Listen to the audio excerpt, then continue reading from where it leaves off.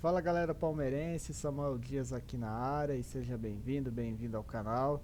E nesse vídeo eu vou falar sobre a derrota do Palmeiras para o Internacional de Porto Alegre, derrota por 1 a 0, partida válida pela segunda rodada do Brasileirão 2024, que aconteceu no dia 17/4/2024, na quarta-feira, às 20 horas, na Arena Barueri, local esse que o Palmeiras levou a partida, já que o Allianz Parque está aí sendo ocupado por shows aí na arena, né? O Palmeiras tomou um gol levando jus aí a lei do ex, né? O Wesley, atacante, revelado nas categorias de base, com diversas conquistas aí pelo clube recentemente, inclusive na era Abel. Acabou fazendo um gol, ele que vem atuando aí de forma mais consistente no time da Gaúcho, depois que ele se transferiu do Cruzeiro, e inclusive fez uma boa partida ontem, né, o atacante. Teve até uma brincadeira ali na área de que os atletas fazem entrevistas, que o Abel passou por ele, falou: "Ó, você só joga contra mim", né? Foi até engraçado ali aquele momento, mas foi uma vitória, na minha avaliação, merecida do Inter, né, que antes mesmo tinha perdido aí um pênalti de forma quanto bem estranha aí do Borré, né? Eu pensei que ele ia jogar a bola lá pra Diadema, lá do jeito que ele chutou, né? Mas enfim, o Borré acabou perdendo um pênalti antes do gol do Wesley. Mas vamos falar um pouco sobre essa partida aí, né? Porque o Palmeiras tava numa toada aí bem complicada, né? Tinha ganhado o Campeonato Paulista pelo Santos, numa partida que foi difícil. O Santos é, trouxe, né, uma competitividade bem alta aí nessa final, e o Palmeiras teve que reverter um placar, não foi uma partida tão simples. Depois, no meio da semana, o Palmeiras teve que vencer o Liverpool do Uruguai, uma partida complicada pela Taça Libertadores da América, e novamente o Palmeiras saiu atrás do placar, né, o Liverpool tinha feito 1 a 0. E contra o Vitória foi um jogo bem desgastante, né, na estreia do Brasileirão no Barradão. O Palmeiras venceu por 1 a 0, que nesse, inclusive eu fiz um vídeo que foi um jogo bem chato de assistir. As duas equipes estavam bem monótonas com relação aos aspectos físicos, também táticos, né? E aí contra o Internacional, uma partida bem complicada, né? Inclusive tem uma estatística no próprio site do Palmeiras que dos 19 clubes, o Palmeiras tem desvantagens nos confrontos contra apenas dois. Um é o São Paulo, com 3 derrotas a mais, e contra o Internacional, que agora são 6 derrotas. Então já se prevalece aí pelas estatísticas que realmente o Inter é um time cascadura. Até estou tentando trazer algumas lembranças aqui, que lá na década de 90, né, teve um confronto bem interessante na final do Campeonato Brasileiro. Estou tentando lembrar se foi em 98 ou 99, me ajudem aí, galera. Que o Inter ganhou do Palmeiras com gol, acho que nos últimos minutos, que esse gol acabou salvando o Inter do rebaixamento naquela ocasião, que salvo engano também foi um gol do Dunga. Depois teve um confronto aí em 2015 bastante interessante, né? Na Copa do Brasil, que o Palmeiras, jogando no Allianz Parque pelas quartas de final, fez 2 a 0, estava vencendo e levando a disputa, né, indo para semifinais, tomou 2 gols no segundo tempo, e aí o André Giroto logo em seguida fez o 3 a 2. Foi uma partida bem difícil também.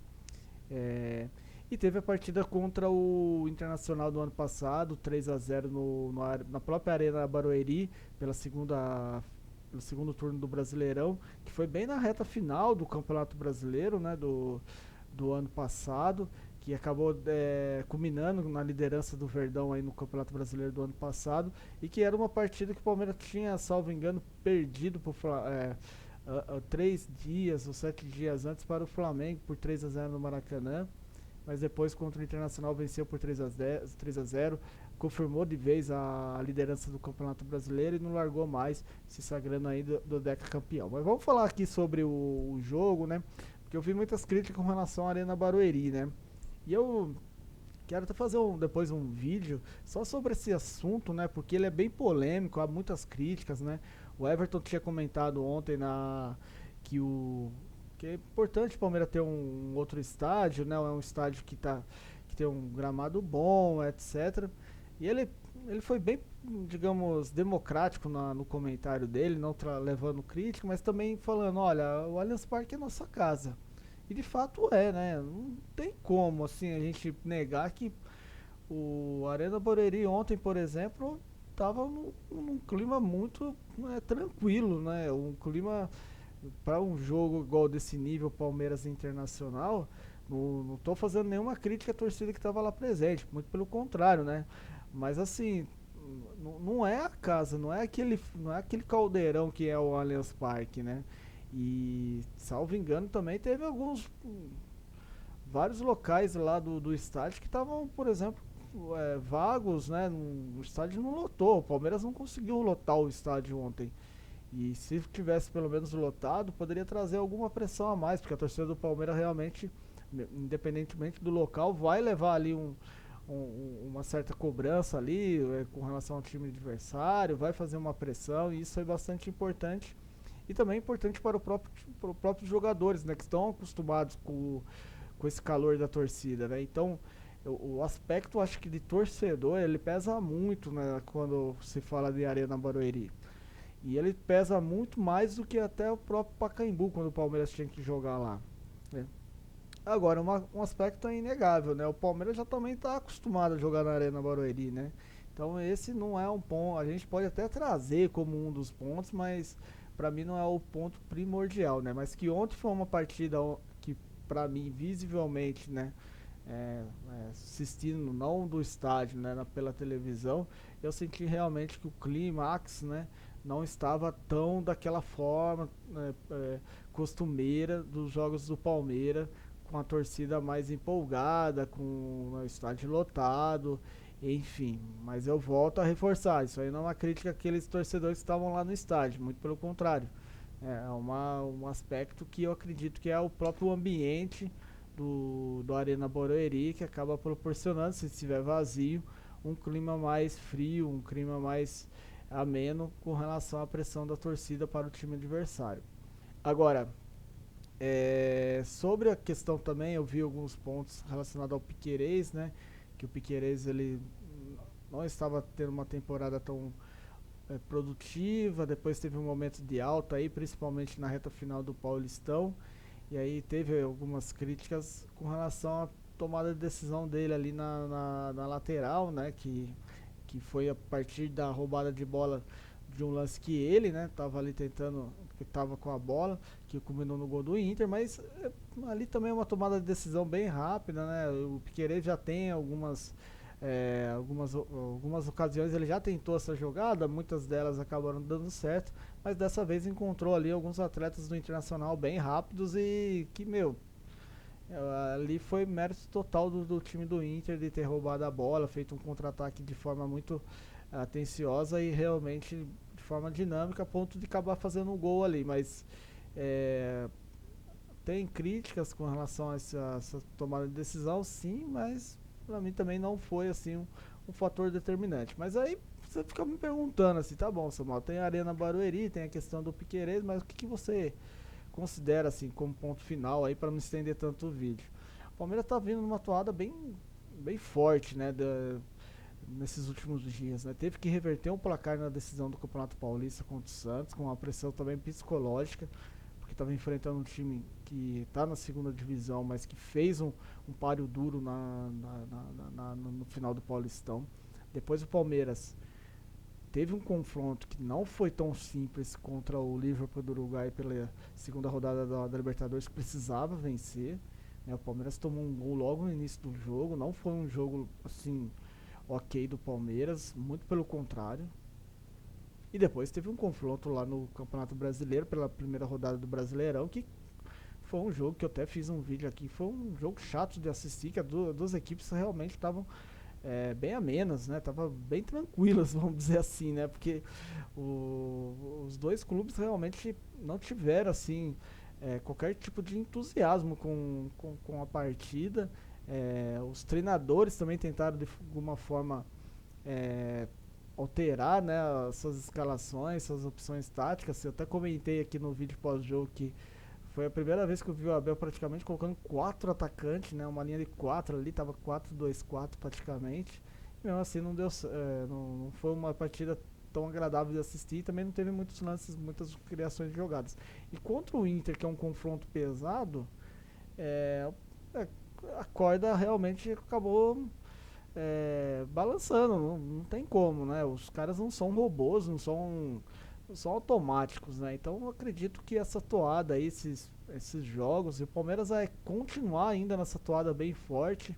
Vai ter contra o Flamengo aí um jogo perigoso, um jogo difícil, que esse aí até onde eu sei vai ser no Allianz Parque, depois tem contra o São Paulo, vai continuar nesse cronograma, então o Palmeiras realmente vai passar por um momento aí de turbulência. O Abel já tinha comentado depois do jogo do Barradão que ele viu algumas consequências com relação a esse cronograma do mês de abril.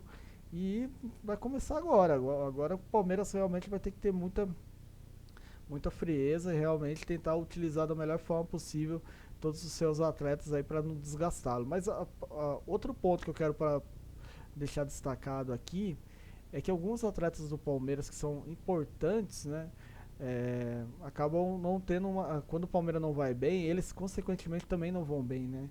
Eu vou citar o Rafael Veiga, né? O Rafael Veiga nessa última partida contra o Inter, praticamente nulo, né? Você não viu ele praticamente em nenhuma tomada de decisão. Piquerez, né? O próprio Piquerez, né? O Gustavo Gomes também teve algumas tomadas de decisões que não é muito costumeiro dele, enfim. Então você percebe quando tem quando o Palmeiras não vai bem, alguns atletas também acabam não se destacando tanto, não indo bem. E o Palmeiras também está sem usar Rafael ainda, né? Embora Gabriel Menino, Richard Rios, o Palmeiras tem ali alguns atletas que suplam essa necessidade, mas o Zé Rafael faz muita falta, né? É um volante ali de contenção e também de armação. Ficou muito claro ontem que o Aníbal Moreno tinha que sair mais da partida a partir do momento que ficou 1-0 pro Inter e ele, na minha avaliação, foi o melhor jogador ontem do Palmeiras. Mesmo assim, ele não é o foco dele, né? O foco dele é desarmar e lançar, tudo bem, fazer as armações de jogada, mas ele distribui ali para o Rafael Veiga e fica ali como um homem de contenção ali no box to box, né? Então, realmente, aí ele tem que suprir, tem que sair mais pro jogo, chamar mais ali a parte de armação e aí isso acaba resultando ali nele uma sobrecarga ali no meio de campo, né? Mas é isso, galera. Essa é a minha opinião sobre a partida. Ficou um vídeo extenso, né? Eu pensei que não ia falar tanto aí, mas tem muito assunto aí com relação a esse jogo aí. Enfim, eu acredito que o Palmeiras vai ter um período complicado aí, mas vai conseguir superar e mais importante mesmo é o Palmeiras conseguir manter aí um plantel aí, um equilíbrio aí emocional para essas decisões aí que estão próximas.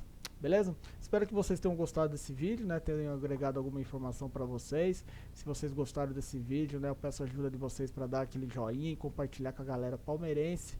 E fica à disposição aí, né? Para qualquer comentário, qualquer opinião a respeito desse jogo aí e sobre os meus comentários. Beleza, galera? Um forte abraço para vocês. Fique com Deus. Até mais e até o próximo vídeo. Valeu, galera.